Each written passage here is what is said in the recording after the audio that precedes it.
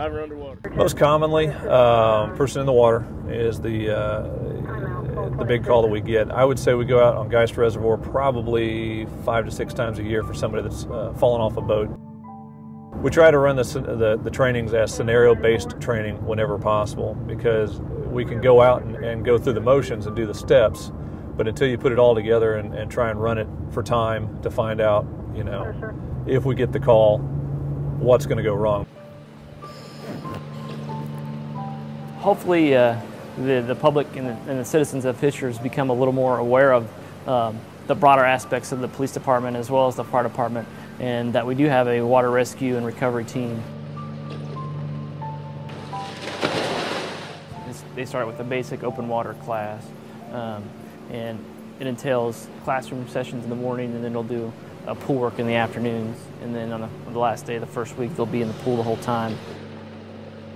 After they pass this phase of the class, then they'll move on to the full face mask, where they're not using just a regular mask and snorkel, they're using actual full face mask. And then from there, then they'll move on to the dry suits, and then they'll use the dry suits instead of the wet suits when they get out into the open water. We've got some small clay pigeons that they just threw out into this pond. Clay pigeon gives us a nice small object to search for. You know, that we know that they're out there, so they, you know, if they come up empty-handed, we know they didn't find them.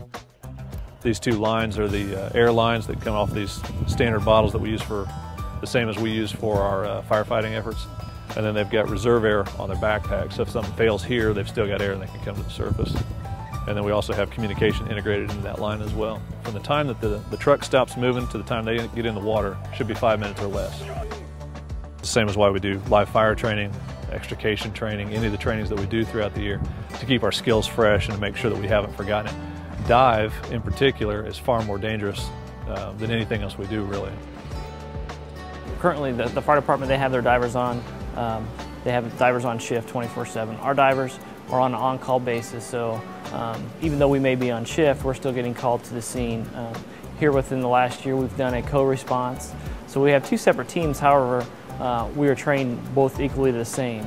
The nice thing about it is it allows us to have a couple extra guys already on the road in a rescue situation, because most of the patrol officers, they're out there, you know, on the street already, so they can get to the scene a lot quicker than we can. They can start initially sizing it up, figuring out what we've got, and because we've trained together, they know what we're looking for from a rescue standpoint. Vice versa, we know what they're looking for from an evidentiary standpoint. All the trainings that we do are tough, and the job itself is tough from time to time, but that's why they became firemen in the first place, or why they became police officers in the first place, because they wanted that extra challenge.